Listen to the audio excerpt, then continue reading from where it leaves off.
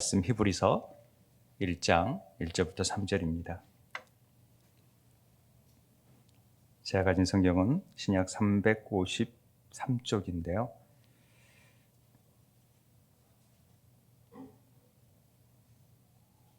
히브리서 1장 1절부터 3절 말씀을 함께 봉독하도록 하겠습니다. 시작. 옛적에 선지자들을 통하여 여러 부분과 여러 모양으로 우리 조상들에게 말씀하신 하나님이 이 모든 날 마지막에는 아들을 통하여 우리에게 말씀하셨으니 이 아들을 만유의 상속자로 세우시고 또 그로 말미암아 모든 세계를 지으셨느니라. 이는 하나님의 영광의 광채시요 그 본체의 형상이시라. 그의 능력의 말씀으로 만물을 붙드시며 죄를 정결하게 하는 일에 하시고 높은 곳에 계신 지극히 크신 이의 우편에 앉으셨느니라. 아멘. 오늘이 대림절 마지막 주일이 됩니다. 그리고 다음 주일이 우리가 잘 알고 있는 성탄 주일이 되는 것이죠. 대림절기가 무슨 의미인지는 이제 너무나도 잘 아실 거라고 생각을 합니다. 예수님이 이 땅에 오신 거죠. 하나님이 육신을 입고 이 땅에 오셨다, 이렇게도 말하는 대림절기, 이제 성탄절을 우리가 앞두고 있습니다. 여러분, 그 대림절기의 은혜를 누리고 계십니까? 어떤 기대를 가지고 성탄절을 맞이하고 계십니까? 오늘 그런 은혜를 한번 생각해 봤으면 좋겠는데요. 대림절기를 맞는 우리의 마음가짐, 제가 2012년도에 요한복음 1장 1절 가지고 말씀이 육신이 되신 예수 그리스도를 가지고 대림절 설교를 했던 기록이 있더라고요. 10년이 지났는데 나는 어떤 성탄절 또 대림절의 은혜를 구하고 있는가를 돌아보면서 묵상이 많이 됐습니다. 히브리서를 읽다가 오늘 말씀을 이렇게 부딪히게 됐는데요. 하나님이 끊임없이 우리에게 말씀하시고 계시구나. 예전에서도 말씀하셨고 계속해서 말씀하고 있는데 우리는 정말 그 말씀을 듣고 있나? 품고 있나? 그 말씀에 따라가고 있나? 이런 생각을 해보게 되었습니다. 오늘 1절에 옛 선지자들을 통해서 여러 부분과 여러 모양으로 사실 어떤 상황 또 어떤 일들을 통해서 계속해서 말씀하고 계셨어요. 무슨 말씀이시죠? 말씀하신 하나님이 이제 아들을 통하여서 우리에게 말씀하시는 거죠. 그리고 지금도 성령을 통하여서 우리에게 말씀하고 있는 줄 믿습니다. 여러분, 그걸 들으세요? 듣고 계세요? 다 듣고 계시죠? 안 들릴 수도 있지만 하나님은 영이십니다. 그런데 그 영이신 하나님을 우리는 잘 모르죠. 보이지도 않고 만져지지도 않고 왠지 추상적인 느낌이 드니까 잘 모르는데 하나님이 말씀이시다. 그리고 그 말씀을 가지고 우리에게 다가오신다. 이랬을 때는 조금은 좀 이해가 되는 듯한 느낌을 갖습니다. 제가 처음 기독교인으로서 이렇게 성경 공부를 하게 됐을 때요. 솔직히 이해가 안 됐어요. 하나님의 말씀이라는 말이. 이 이제 로고스라는 말을 가지고 이렇게 설명을 해 주셨는데 전 되게 이해가 안 되더라고요. 그런데 이 말이 하나님이시다라는 말을 가지고 어떤 말의 힘이 있잖아요. 그리고 대통령이 말한 말은, 임금이 말한 말은 그 말을 가지고 와서 어명이요 하면은 이렇게 무릎 꿇더라고요. 그런 걸 보면은 말 한마디가 굉장히 큰 영향력이 있구나라는 걸 깨달으면서 우리가 그 말씀이신 하나님을 대하는 우리의 마음가짐은 어떠한가? 그리고 말씀이 오셨다? 그러면 우리는 어떠해야 되는가? 이런 느낌을 갖게 됐습니다. 요즘 말에 영향력이 있는 사람들이 꽤 있던데 뭐 대통령 말도 그렇지만 보니까 그 제롬 파월 미 연방 준비위원회 그분이 의장이 한마디 하면은 요새 막 경제가 왔다 갔다 한다고 막 그런 얘기를 하더라고요. 그런데 만왕의 왕이신 하나님이 말씀하시면 이 경제가 흔들리는 게 아니라 온 지구가 흔들리지 않겠습니까? 온 우주가 흔들리지 않겠습니까? 그런데 그걸 말씀하고 계신다라는 거죠. 그런데 우리는 아무런 느낌이 없다. 이건 좀 생각해 봐야 되는 것 아니겠습니까? 그분은 말씀으로 세상을 창조하셨고요. 말씀으로 우리를 끊임없이 대화하기를 원하시고, 말씀으로 우리를 구원하기 원하시고, 말씀으로 이끄셔서 하나님의 은혜로 살아갈 수 있도록 말씀하고 계십니다.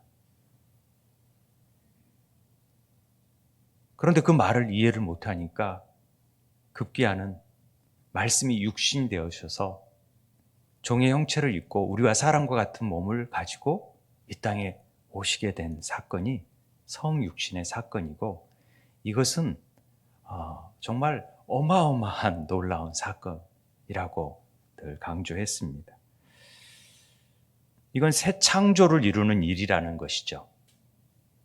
창조 사역의 새로운 의미가 성육신 가운데 나타났다. 이걸 요한은 요한복음 1장에서 창세기 1장의 내용을 그대로 요약하면서 설명하고 있는 것을 우리는 볼 수 있습니다. 태초에 말씀이 계셨고 그 말씀이 하나님과 함께 계셨고 이 말씀은 곧 하나님이시다. 이렇게 말씀하시는 거죠. 그가 태초에 하나님과 계셨고 만물이 그로 말미암아 지은 바 되었고 그 안에 생명이 있었다. 그리고 그 생명은 사람들에게 비추는 빛이다. 이렇게 얘기하십니다. 그리고 그 말씀이 육신이 되어 우리 가운데 거하셔 버렸다. 그래서 우리는 그 영광을 볼 수 있게 되었고 독생자의 영광이요 은혜와 진리가 충만한 삶이 되어진 것입니다. 이게 참 놀라운 일이죠.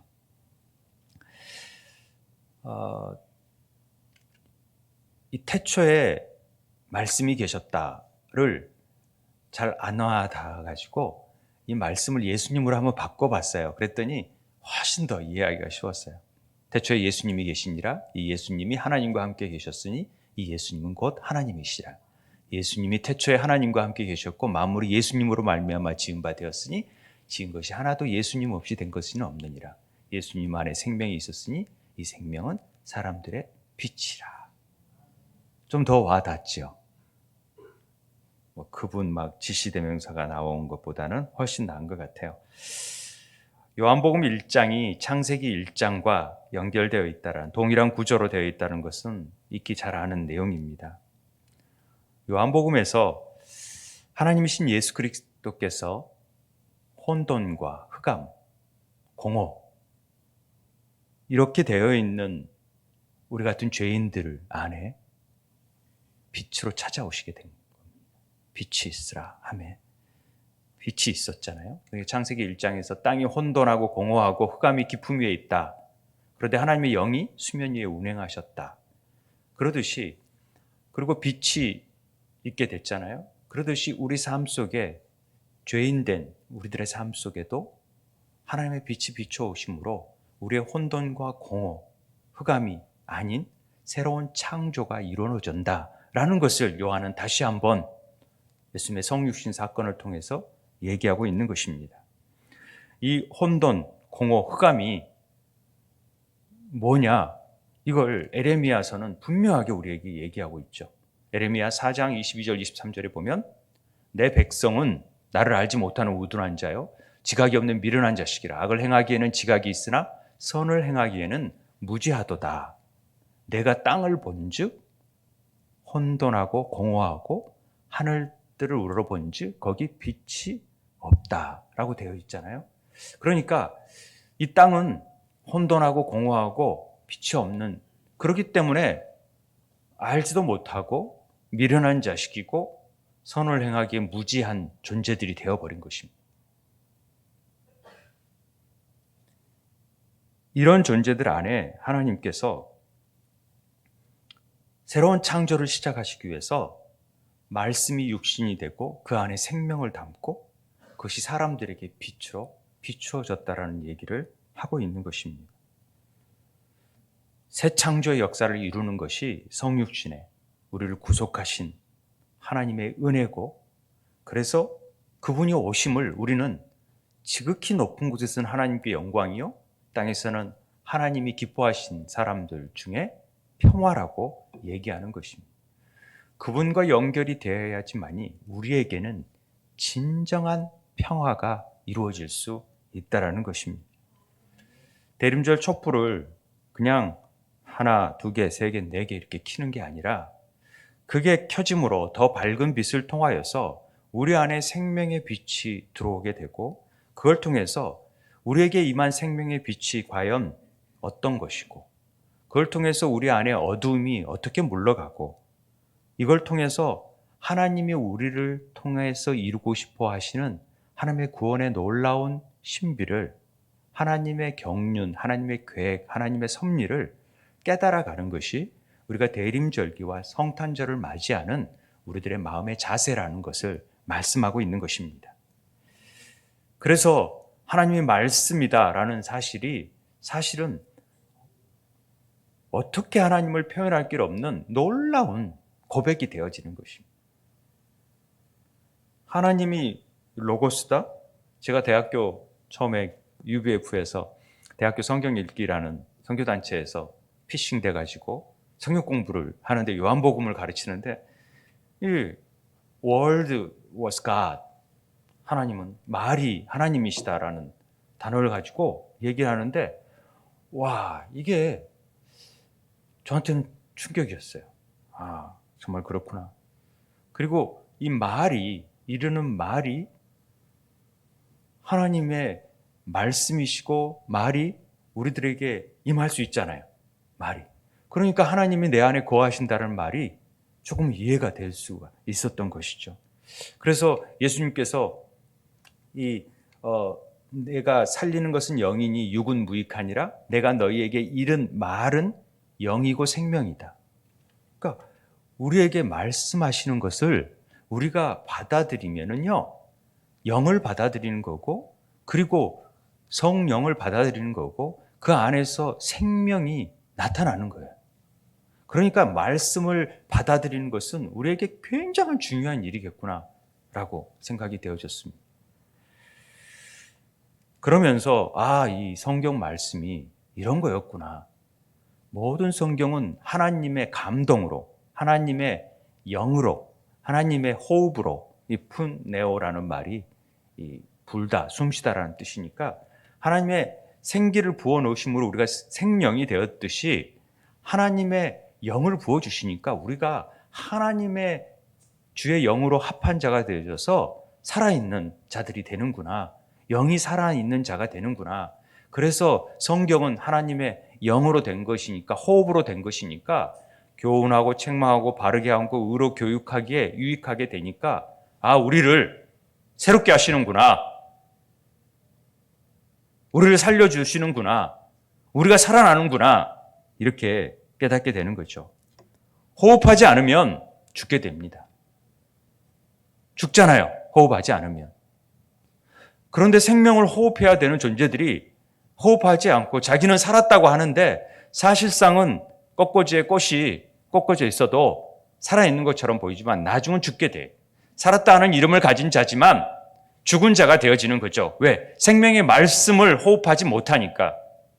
기도가 호흡이라고 하잖아요. 하나님과 교통함이 없으면 결국은 죽게 되어 있는 존재가 우리라는 영적인 존재인 것입니다. 믿으세요? 이 부분을 우리가 분명히 알고 있어야 되는 것입니다. 말씀이 호흡, 생명이다, 빛이다, 이걸 이해할 줄 알아야 되는 것이죠. 저는 이게 목회의 사명으로 받은 말씀이었어요.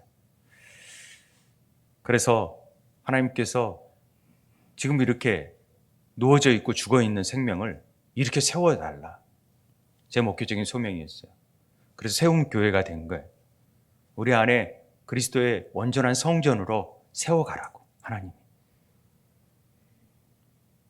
개척 초기부터 저희들은 다른 거 아무것도 안 하고 우리 성경 말씀만 읽자. 하나님 말씀이 온전하기 때문에. 그 말씀만이 우리를 살릴 수 있기 때문에.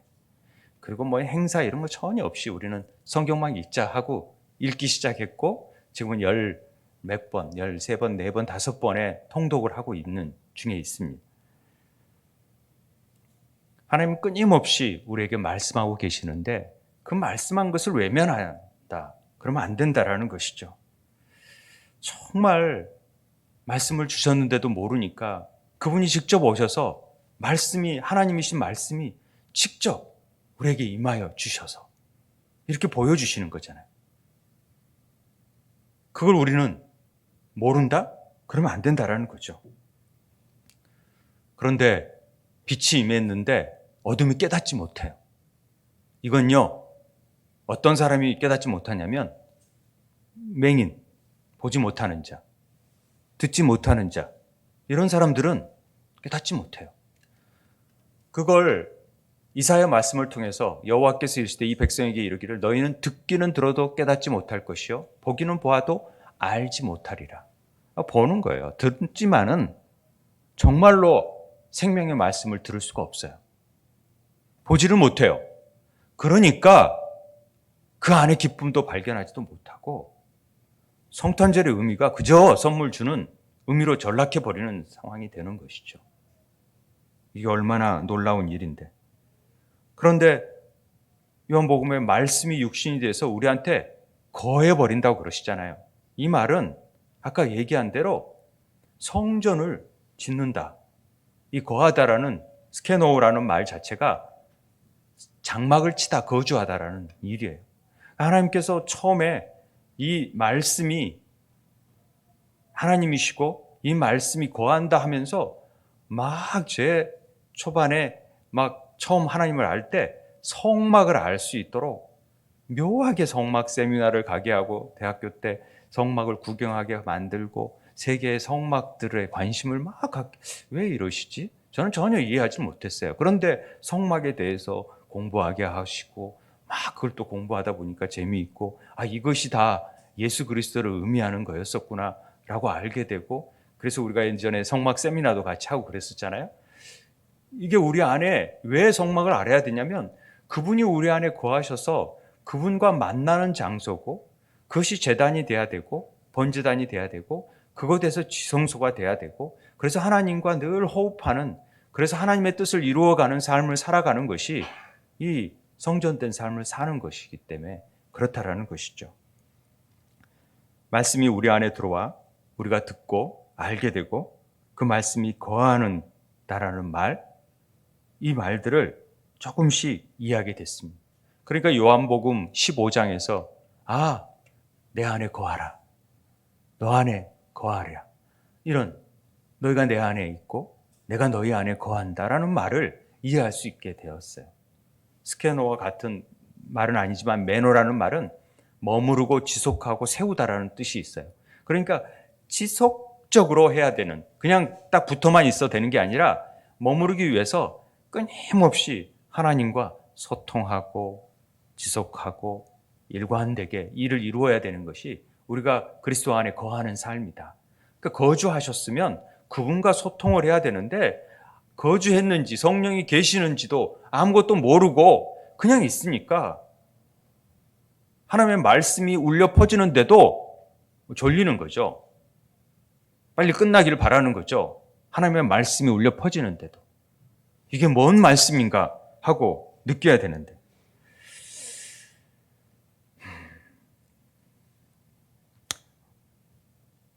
하나님이 말씀을 주셨는데 우리는 하나님의 말씀보다는 다른 말을 듣잖아요. 돈 되는 말, 또 흥미있는 말, 또 연예인 소식, 스포츠 소식 이런 것들에 귀를 쫑긋 세우고 하나님 말씀에는 관심이 별로 없잖아요. 그런데 그러다 보니까 에덴에서 하나님 말씀을 주셔서 말씀과 함께 호흡하는 영혼육이 하나 되어져고 사귐을 이룰 수 있도록 잘 만들어진 존재들이 다른 말을 듣는 바람에 하나님과 관계가 끊어져서 에덴에서 쫓겨나잖아요. 그럼으로써 땅을 기경하여 살 수 있게 만들었다라고 되어 있잖아요. 그 땅이 뭡니까? 그 마음 땅에 가시 줄기가 돌짝밭이 다 되어버리니까 하나님과 소통하기 없으니까 경작을 해야지만이 하나님과 소통할 수 있는 그 경작하다라는 아노미가 다 아담마가 이 전부 다 이 예배하다라는 단어가 거기서 나왔다고 하잖아요. 그러니까 우리는 이 마음을 기경해야지만이 하나님께 나아갈 수 있는 존재가 이제 되어진 거죠.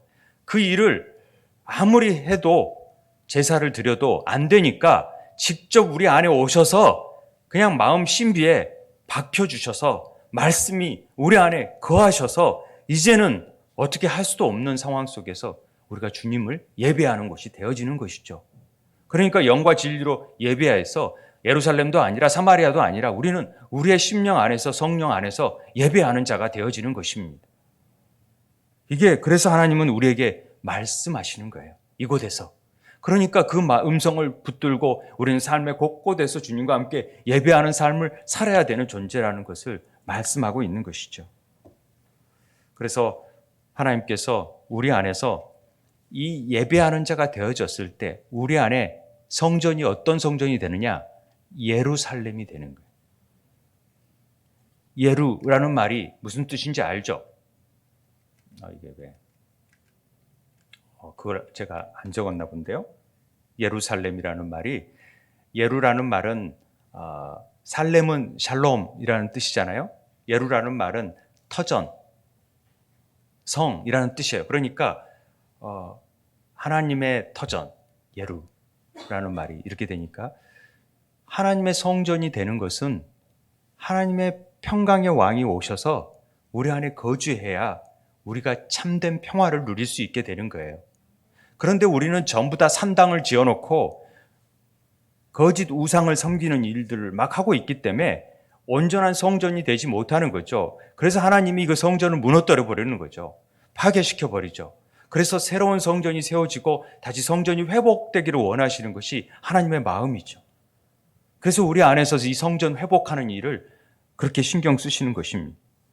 그래서 데살로니가 전서에 보면은 평강의 그 하나님이 친히 너희를 온전히 거룩하게 하시고 너희의 온 영과 혼과 몸이 우리 주 예수 그리스도께서 강림하실 때 흠없이 보존되기를 원하시는 거예요. 영혼육이 온전히 하나님 앞에 쓰여지는 온전한 새 예루살렘 성이 되기를 원하시는 거예요. 제가 대학생들한테 이렇게 청년들한테 성경을 좀 잘 읽자. 또 우리 예전 전우사님도 그랬고 굉장히 강조를 합니다.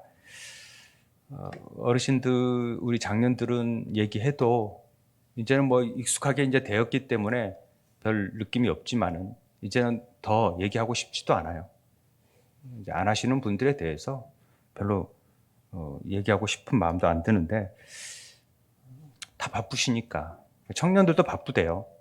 요즘 일하시느라고 전부 다 게임해야죠, 데이트해야죠, 직장생활 해야죠. 요즘 살기 얼마나 퍽퍽한데 성경 읽으라 그러느냐고, 힘들다고, 그것 좀 목사님 이해해 달라고 이렇게 얘기하는 분들이 있어요. 우리 집에 있는 애도 그렇습니다. 이게 호흡이고 생명인데 정말 그렇게 여긴다면은 이거 안 하고 산소 호흡기라도 그냥 넣어서 막 우리가 해주고 싶은 마음이 숨을 안 쉬고 죽어가는데 이거라도 씌워서 막 해주고 싶은 마음이 이 부모의 마음 아니겠습니까? 그렇게라도 해서 하나님 말씀 읽을 수 있도록 해야 되죠.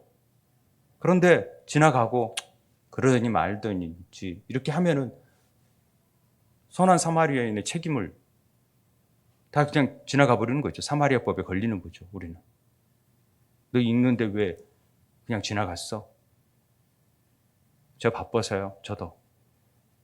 신경 쓰지 말래요. 그런 말이 되겠습니까? 하나님의 말씀이요. 어려서부터 읽어야 돼요. 그래서 어려서부터 성경을 알고 성경이 우리로 하여금 그리스도 예수 안에 있는 믿음으로 말미암는 구원에 이르는 지혜가 있잖아요. 모든 성경이 하나님의 영으로 된 거고 그래서 교훈하고 책망하고 바르게 하는 것들이 다 성경 말씀에 있었어요. 그래서 결과적으로 하나님의 사람으로 온전하게 만들려고 우리 영과 혼과 육이 온전해져서 선한 일을 행할 능력이 아무도 없던 자들을 선한 일을 행할 수 있는 능력을 갖추는 일을 만들기 위해서 하나님 말씀을 봐야 되는 거예요. 말씀하시는 하나님의 귀를 기울여야 되는 거예요.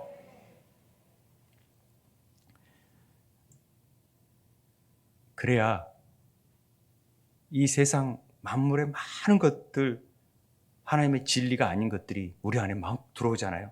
눈, 코, 입을 통해서. 이걸 어떻게 차단해요?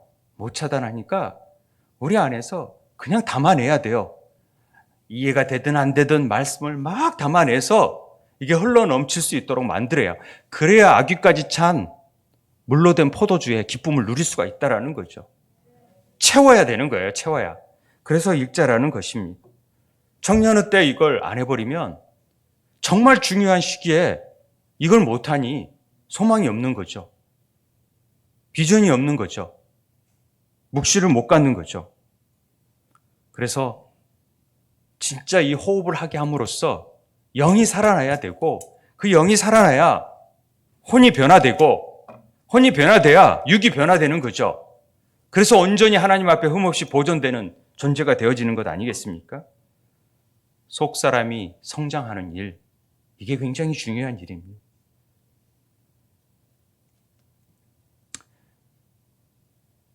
취업 좀 안 되면 어떻습니까? 공부 좀 못하면 어떻습니까? 그런데 말씀 안 읽으면요, 아무런 변화가 없는 것 같아요. 근데 이건 죽는 문제하고 연관돼 있어요. 그러니까 시간 뺏기는 것 같고, 뭐 정말 한 10분 투자하는 게, 24시간 중에 10분 투자하는 게 그렇게 어려운 문제입니까?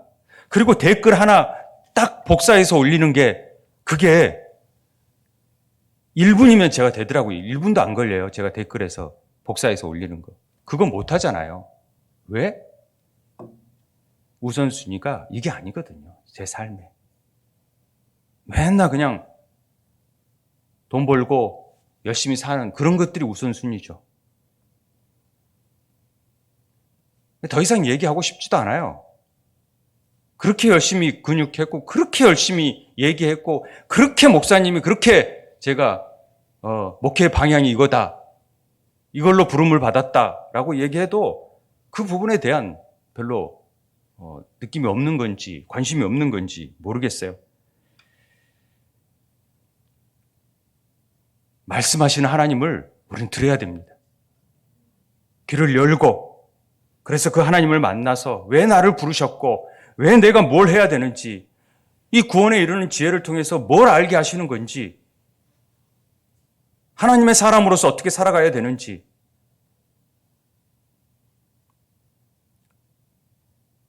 우리가 늘 성경을 읽으면서 갖는 오류 하나가 뭐냐면 이해하려고 하는 것, 그 뜻이 뭔가를 알려고 하는 것. 제가 제일 그런 우를 범해요. 뭔 설교해야 되겠다, 깨달았으니까 이거 알려줘야겠다, 이런 우를 범한다라는 거죠. 그냥 성경을요, 이렇게 이해하면은 헬라적인 사고방식에서 늘 우리가 공부했고 이해하려고 그러고 알아야 된다라는 생각 속에서 성경을 읽으니까 늘 우리 안에 뭘 얼마나 압니까, 우리가. 그런데 히브리적 사고방식은 걔네들은 뭘 알려고 하는 게 아니라 그냥 담는 거예요. 이해가 안 돼도 그냥 읽고, 뭔 말인지 몰라도 읽고. 우리 권사님 중에 10번 열독 하신 분이 계세요. 올해 제가 열독 했다고 알려주셨는데, 그냥 듣는 거죠. 그러면요, 그게 콩나물에 시루에 물이 빠지지 다 빠져요. 그런데 자라요. 언젠가 자라요. 그리고 언젠가 하나님의 은혜가 그를 이끌어가요. 말씀이 삶 속에 차기 시작하면 그게 기쁨으로 변화된 날이 온다니까요. 이걸 우리는 잘 모르니까 성경 읽는 거에 대해서 별로 신경 쓰지 않잖아요. 그러니까 그냥 모르더라도 읽어야 돼요. 우리 삶 속에요. 제가 에펠탑 효과라는 것을 좀 설명을 하는데, 우리 심리적인 마케팅 기법 가운데 하나가 이 에펠탑 효과라는 게 있어요. 그래서 이걸 드라마를 볼 때 PPL 광고를 넣는다든지, 어떤 상황 속에서 영화를 볼 때 필름 하나하나에 뭐 코카콜라 같은 뭐 이렇게 어떤 상품을 얘기하면 안 되지만 음료수를 딱 넣으면은 막 목마른 것을 느껴진대요. 그리고 PPL 같은 것에서 자꾸 보다 보면은 저거 흉물인데, 그런데 언젠가 랜드마크가 되고 친근해지고 변화되게끔 만들어버리는 게 에펠탑 효과예요. 그러듯이 말씀을 늘 아이들한테도 가까이 대하고 자꾸 읽고 보고 말씀 앞에 가까이 하면 애들이 무의식적으로라도 저거 그냥 좋은 거네 이렇게 알게 된다는 거죠. 익숙한 거네. 그리고 말씀 읽어야 되네. 당연히 그렇게 돼야 되는데 우리는 그러지 못했어요. 세상에 있던 것들에 대해서는 너무 익숙하게 되어졌는데 그것들이 되지 못하니까 우리의 영과 혼과 육이 변화되지를 못해요. 이 영이 없는데, 영이 있지만은 하나님의 말씀에 영이 담겨지지 못하니까 우리 혼적인 생각들은 늘 자연적인 생각과 밖에서 들어오는 사단이 주는 생각 안에서 사로잡혀 있으니까 늘 하나님의 말씀과 충돌하고 싫어하는 거예요. 근데 마음은 원이로도 그렇지 못해요, 삶을. 그러니까 이것들을 바꿀 수 있는 방법 자체가 이 우리 안에 새 마음을 담아가지고 새 마음 안에서 우리에게 주는 이 누스라는 마음 안에서, 마음이 이 하트도 있고 또 마인드도 있고 이 누스도 있지만은, 이 누스가 헬라어로 마인드라고 하지만, 정신이라고 하지만, 이 하나님의 영 안에 있는 마음이 우리의 부패된 마음 안으로 흘러와서 이것들을 변화시킬 수 있어야 돼요.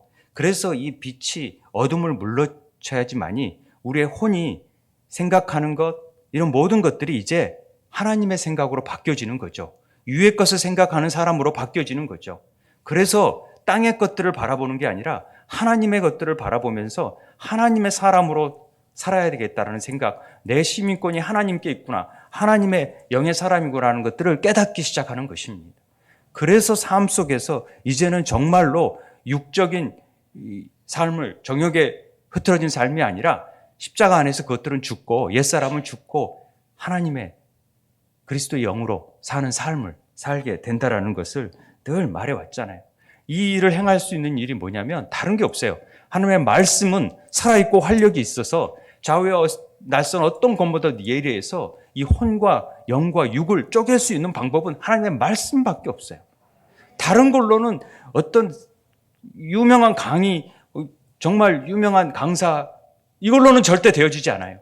이 말씀만이 우리의 마음의 생각, 뜻, 판단, 이것들을 다 조각조각 내서 하나님의 이 영을 통하여서 혼을 분리하기 시작하는 거죠.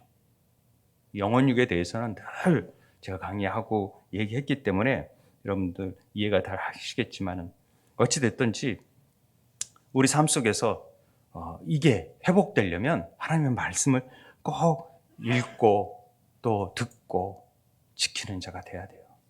지키려고 애써야 돼요. 그래야 1년에 한 번 정도는 읽어야죠. 최소한. 자기 나이만큼은 읽어야죠. 그 정도는 읽어야 돼요, 성경은.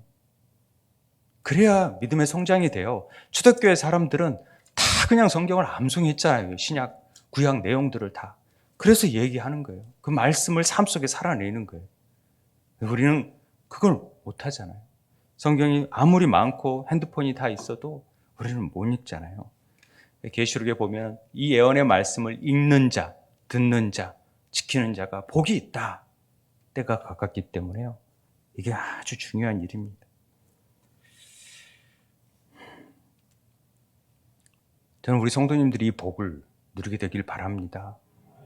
제가 뭐 억하심정이 있어서 막 성경 안 읽는다고 예전에 화내고 싫은 소리 하고 그러겠습니까? 뭐가 밉다고? 잘 돼야 저도 콩고물이라도 떨어지죠. 안 그러겠습니까? 여러분들이 행복하고 좋고 즐겁고 하나님과 관계가 회복되어야지, 심령이 좋고 기쁨이 넘치고 평안하고 그러면 저도 좋은 거죠. 목사님, 오늘 너무 좋아요. 은혜로워요. 그런데 저 흘러넘치는 복 좀 드릴게요. 이러면 너무 좋은 거죠. 그런데 혼자 세상 만사 다 짊어진 것처럼 나 건들지 말고 난 오늘 상태 안 좋으니까 말라 그러면은 이거 너무 힘든 거죠.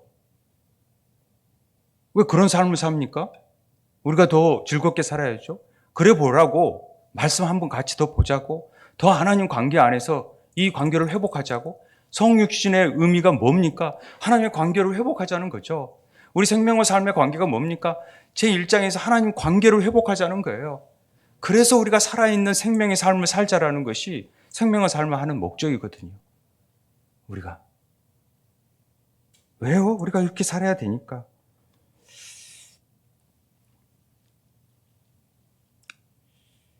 하나님과 그 친밀한 교제하려고 하나님은 이 땅에 우리 안에 오신 거거든요. 그래서 이 삼위일체 하나님과의 깊은 사귐 속에서 이 땅 안에서 이루어야 될 일들이 뭔지, 내가 뭘 하고 싶어 하는지를 알고 우리를 구원하신 그 사랑 앞에서 우리가 순복하면서 그 뜻을 이루어가는 삶을 살아가는 것이 하나님의 뜻이죠. 그래서 누가복음에 이 씨는 하나님의 말씀이라 그러잖아요. 이 씨가 우리 마음밭에 들어와서 길가에서 새들이 다 빼가기 전에 이게 싹이 트고 자랄 수 있도록 자꾸만 우리가 옥토밭으로 변화되려고 노력해야 된다? 아니라고 그랬죠. 이 일은 누가 하신다? 말씀, 씨가 하는 거예요. 말씀이 하는 거예요. 우리는 옥토밭으로 바꿀 수 있는 능력이 아무도 없어요. 오직 할 수 있는 일은 농부만이 할 수 있어요. 그 농부가 씨를 통하여서 우리에게 뿌리니까 그 아버지께서 하나님께서 예수 그리스도를 통하여서 주시니까 우리 같은 사람들이 변화되는 거예요. 그래서 열매를 맺는 거예요. 우리 같은 자들이. 이런 놀라운 은혜를 하나님이 성육신에 말씀이 육신이 되어 우리 땅에 거하시고 씨를 뿌려주심으로 되어진 놀라운 사건이 이 대림절기를 통하여서 묵상해야 될 우리의 사건 아닙니까? 그래야지만이 우리 안에 있는 이 온갖 산당들, 우상에 이 여리고와 같이 견고하게 굳어져 있는 것들, 하나님을 대적하여 높아진 생각, 이론들을 깨뜨려 부릴 수 있는 것은 그리스도의 능력, 하나님의 말씀입니다. 그래서 우리들의 싸우는 무기는 육신에 속한 것이 아닙니다. 오직 견고한 진도 무너뜨리는 하나님의 능력이라 모든 일어를 무너뜨리며 라고 되어 있잖아요. 그래서 에베소서에서 구원의 투구 성령의 검, 하나님의 전신갑주 중에서 유일하게 싸울 수 있는 무기가 뭡니까? 성령의 검, 하나님의 말씀을 가지라. 이렇게 얘기하는 것입니다. 성령의 역사는요, 하나님의 말씀을 읽을 때 나타나게 되어 있는 거예요. 그게 올바른 게 되어 있는 거예요. 말씀 없이 하나님의 은사를 받을 수 있어요. 그러다 보면은 인격적으로 성화되지 못해요. 엉뚱하게 받을 수도 있어요. 그래서 이 말씀을 우리가 강조하는 것입니다. 성경이 우리 성도들에게 하나님께서 우리에게 말씀하고 계시고 말씀이 육신이 되어서 우리 안에 거했는데 내가 아들을 보낸 것처럼 나도 너희를 세상에 보내기를 원하신다라고 지금 말씀하시잖아요. 그러면 우리가 이 성탄절을 앞두고 무슨 일을 해야 되는가? 우리도 하나님께서 예수님을 세상에 보내신 것처럼 이 땅에 보내주셔서 빛이 됐게 하셨으니까 우리도 세상에 나가서 빛된 삶을 살 수 있도록 해야 된다. 빛을 비추어줘야 된다라는 거죠. 우리는 능력이 없어요. 그분의 능력이 나타날 수 있도록 말씀을 선포하고 증거하는 역할들을 우리가 해야 될 책임이 우리에게 있다라는 것입니다. 지금까지 우리가 지난주에 말씀처럼 우리의 목적과 우리의 방법과 우리의 뜻대로 살아왔다면 이제는 내 안에 거하신 아버지의 뜻이 뭔지, 주님의 뜻이 뭔지, 그 부르심의 소망이 뭔지 지와 계시형을 통하여서 더 분명히 알아갈 수 있는 은혜가 있게 되길 바랍니다. 그래서 삶의 현장에서 작은 예수로서 말씀하시는 하나님의 음성에 귀를 기울이면서 그걸 듣고 그걸 전할 수 있는 자가 되어야 그것이 열매 맺는 삶이고 그리스도 안에 거하는 삶이고 그것이 제자됨의 삶이라고 우리에게 말씀해 주셨다는 것이죠. 오늘 말씀하시는 그 음성을 믿어봐. 광야 같은 데에서, 광야의 식탁 가운데에서, 광야는 말하는 것을 듣는 곳이라 그랬잖아요.